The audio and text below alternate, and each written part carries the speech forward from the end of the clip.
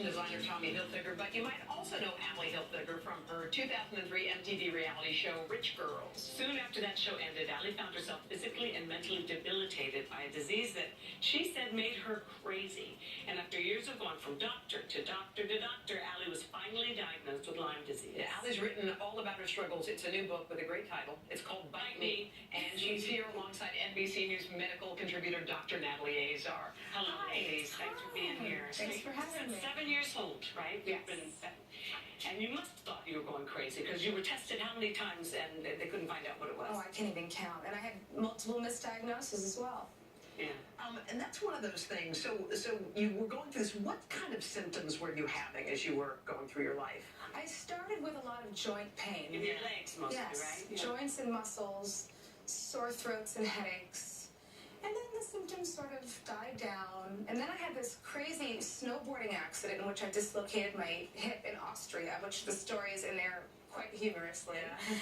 And it seemed to have possibly flared up symptoms, and it went to cognitive issues. It went cognitively Was it affected my just, heard of that before. just crippling at that point? You know, I stopped being able to read sentences, memory. I mean, so many strange things, along with physical symptoms, The including pain is nausea. still there? The pain went up so drastically and dramatically that I would cry. And my parents tried to do everything. They brought me to so many doctors, and at Harvard, at Yale. I mean, flew me across the country, put me in baths, gave me massages. I mean, they did everything that they could, and there were no answers. Dr. Azar, how common is this that you can go years and years and this thing not get diagnosed? Well, I think there's two reasons why. One, I think Lyme is actually called the Great Masquerader because symptoms of Lyme disease can mimic so many others. Multiple sclerosis, fibromyalgia, a ton of different autoimmune diseases, Crohn's, lupus, you name it. And as we were talking about before this segment, the sensitivity of the testing is not that great. What does the sensitivity mean? It's actually picking up the number of true positives. All that says is there are a significant proportion of patients who are going to test negative when they do the blood test, which is currently the approved protocol, and actually have the disease. And so if you hang your hat on that, and you're going to tell people they don't have the disease, yeah.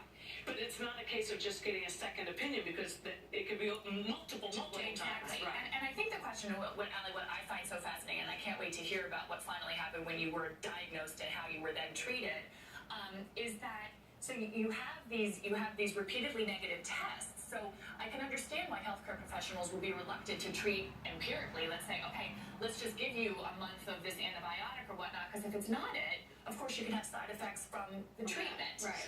Yeah, so Allie, people must have thought it was in your head. I mean, nothing was working, but when did they finally diagnose it? The interesting thing was that some of the tests were quote unquote borderline, or a little bit right, exactly. And so, when I finally got diagnosed when I was 19 years old, I was so relieved because it had a name. It had a name. Yeah. I knew the doctors knew. I knew that I was not, clinically, psychologically ill. I knew that, but I knew that I had a very scary breakdown.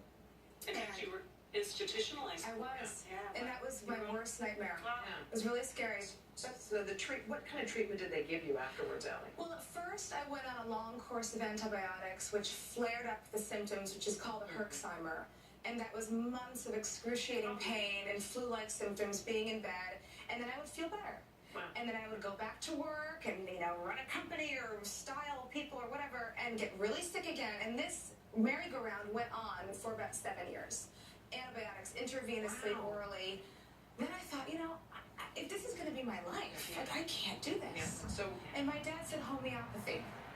So we turned to homeopathy and clean diet and, a healthy lifestyle, a low amount of stress, which is almost impossible. yeah.